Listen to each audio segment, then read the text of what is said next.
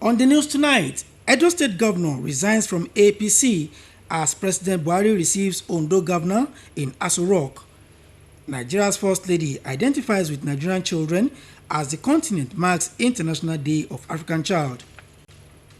Good evening and welcome to Channel 12 News on Nta Abeokuta. My name is Nta Abeokuta. Many thanks for being there. The embattled governor of Edo State, Godwin Obaseki, has formally resigned his membership of the governing All Progressives Congress. The governor made his decision known while briefing State House correspondents. I'm sure the whole country knows and is aware of what has gone on with me and the party chairman and party leadership, which culminated in my disqualification as a gubernatorial aspirant. And upon that unfortunate decision by the chairman of the All Progressive Congress, I'm just here today to inform you that I have now decided formally to resign my membership of the All Progressive Congress. Having done that, I will now announce in the next few days my specific line of action and what platform I will be contesting the gubernatorial elections on. Nigerians may like to know, why have you decided to come to the State House to make this your decision known? I said that before I make a decision, I have to show respect to my president, who I adore, who for me is an epitome of incorruptibility, an epitome of order, an epitome of lawfulness. This is a man who, for him, that is what Nigeria should be about. I think I owe him that respect to come and tell him what I have done and why I have decided to take the decision I took. Correspondent Adamu Sambo reports that Governor Obaseki was not ever granted audience by the president.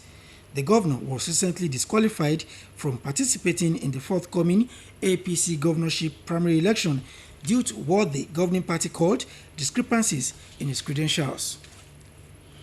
Meanwhile, Governor Rotimi Akeredolu of Ondo State is seeking the blessings of President Muhammadu Buhari as he seeks the renewal of his mandate for a second term of office.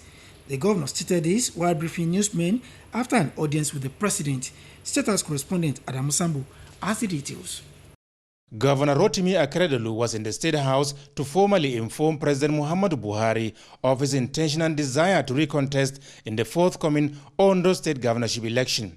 Having obtained the expression of interest and nomination form, I decided to let the president know of the fact that I will be contesting election again, and that I pray God Almighty that I will be successful and that I needed His blessing. The Ondo State Governor told newsmen that his chances of flying the governing party's flag once more and indeed winning the election are very bright. Direct, indirect, Aketi is a goal. We will win. In office for over 3 years, easily for me, I've done reasonable work in Ondo State, and it is there for everybody to see. It's not something that is hidden. We've gone on the issue of infrastructure, we've gone on our schools, we've gone on the universities, we have gone everywhere. You remember the president visiting Ondo Lean Industrial Hub. That is a monumental achievement. And he has said to me, pointedly, you have done very well in Ondo State. That can go for the president supporting you. Ondo State governorship election comes up on the 10th of October this year, while the first-term tenure of office of Governor Akeredolu expires on February 23rd, 2021. From the State House, Adamu Sambo, NTA News. Many thanks, Adamu. Moving on now, the First Lady of Nigeria, Aisha Muhammadu Buhari, has identified with the Nigerian children on the occasion of commemorating this year's International Day of the African Child, urging them to enjoy the day while observing the protocol of COVID-19 stay-at-home order and dedicating their time to reading educative and informative literature. The First Lady stated this in a message during an event to commemorate International Day of the African Child. State House correspondent Nta Abeokuta reports. The Day of the African Child is being celebrated on June 16 every year since 1991. It is initiated by the Organization of African Unity, now African Union. It is aimed at raising awareness of the continuing need for improvement of the education of African children. This year's theme, Access to a Child-Friendly Justice System in Africa, is a renewed commitment of the African First Lady's Peace Mission, supported by the Nigeria's First Lady, towards improving the plight of the African child, particularly with the current coronavirus pandemic. This is in addition to addressing different abuse faced by the African children, ranging from rape, trafficking, and child labor, among others. In accordance with this year's theme, a child-friendly system of justice acknowledges that children have their own legal rights and interests and recognize the authority of the child's representative in legal proceedings. Many children in Africa that need legal aid live in remote rural communities. As a result, these children often find it impossible to physically access legal services. To overcome this barrier, some legal aid providers have developed creative ways of taking legal assistance to their clients. These initiatives include mobile clinic and one-stop over center. The Day of the African Child 2020 is taking a very radical approach to commemorating this event by going virtual. You could recall that every year we have over 300 children celebrating with us in this hall. But because of COVID-19, we had to do it this way. While calling on children to speak out against any inappropriate behavior towards them, the First Lady employed relevant authorities across Africa to provide friendly services to children, such as free 24-hour helplines, child-friendly complaint services, as well as child offenders court and free legal advice for juveniles, among others. In Abuja, Aliyu Kabir, NTA News. And back home in Ogun State, the Nigerian Police Ogun State Command has given 2 weeks ultimatum to any person in possession of illegal firearms and ammunition to surrender them to the command in a bid to ensure safety of lives and property of the people. The State Commissioner of Police, Kenneth Ebrimson, disclosed this to newsmen shortly after parading 27 suspects arrested for various crimes and criminalities in the state. Mohammed Adibowale has the details.